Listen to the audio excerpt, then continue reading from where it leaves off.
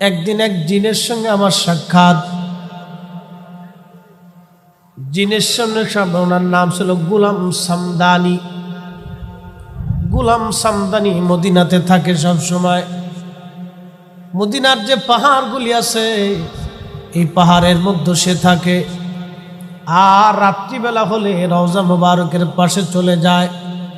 যখন নিরিবিলি হয় তখন এই জিনেরা নবীজির রওজা জিয়ারতে যায়।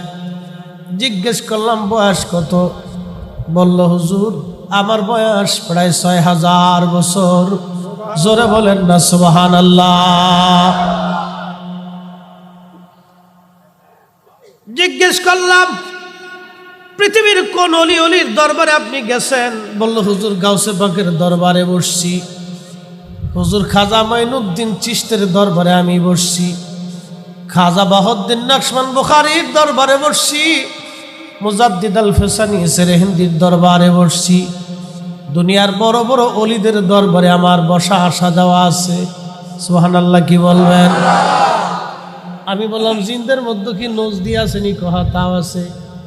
সুবহানাল্লাহ সুবহানাল্লাহ শব্দ কাটছেন। আমি বললাম জিনদের মধ্যে কি ও জাত আছে? কহা তাও আছে। কি বুঝলেন?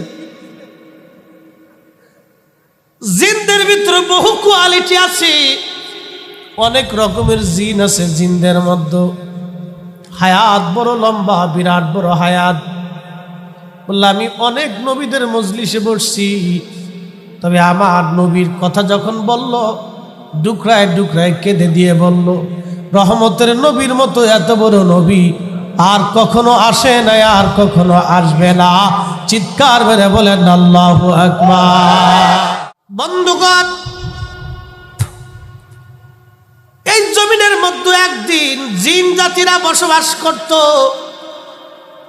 আজকে যেখানে মানুষ বসবাস করে, মানুষেরা বাজার করে, মানুষেরা শহর বানাইছে, মানুষেরা নগর বানাইছে, মানুষেরা ঘাট বানাইছে, মানুষেরা ব্যবসা বাণিজ্য কেন্দ্র বানাইছে। একসময় এইগুলি জিনেরা আবাদ করত।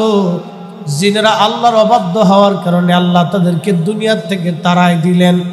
কোনো জিন চলে গেল জঙ্গলে, কোনো জিন পাহাড়ে, কোনো জিন সাগরে, কোনো জিন বিষবন জঙ্গলে, তাদেরকে আল্লাহ তাড়াই দিলেন।